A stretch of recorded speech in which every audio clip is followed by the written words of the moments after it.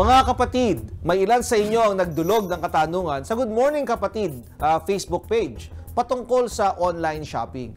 Una nating sasagutin ang inilapit ni alias Tina. Attorney, gumawa ng shopping account ang ex-live-in partner ng kuya ko gamit ang pangalan ng anak nila. Ginagamit ito para mag-order ng mga gamit online para sa anak nila at pinapadala sa aming bahay. Kaso, kami naman ang pinagbabayad sa libo-libong order. Ano po kaya ang pwede gawin? Legal ba to? Hindi po legal na kayo ang magbabayad sa isang package na hindi naman kayo ang umorder. Maaari po ninyong tanggihan, i-refuse ang delivery, lalo na kung COD o cash on delivery ang arrangement.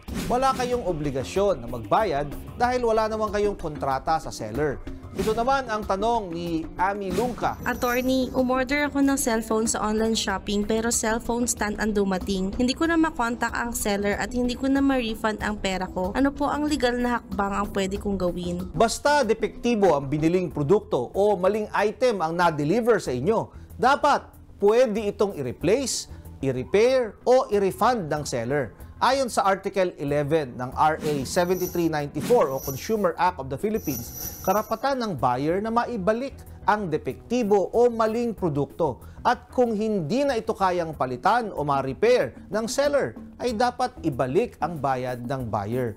Pwede kayong magreklamo sa Department of Trade and Industry o DTI upang makasuhan ng paglabag sa Consumer Act ang nasabing online seller. Ayon sa Article 19 ng RA 7394, ang paglabag na ito ay may parusang multa na 1,000 piso hanggang 10,000 piso o pagkakulong ng 2 buwan hanggang 1 taon ayon sa hatol ng hukuman. Kung kayo po ay may nais ikonsulta sa inyong lingkod, i-follow lang ang Facebook page ng Good Morning Kapatid. Mangyaring i-private message po ninyo sa akin ang inyong mga katanungan. Maraming salamat po.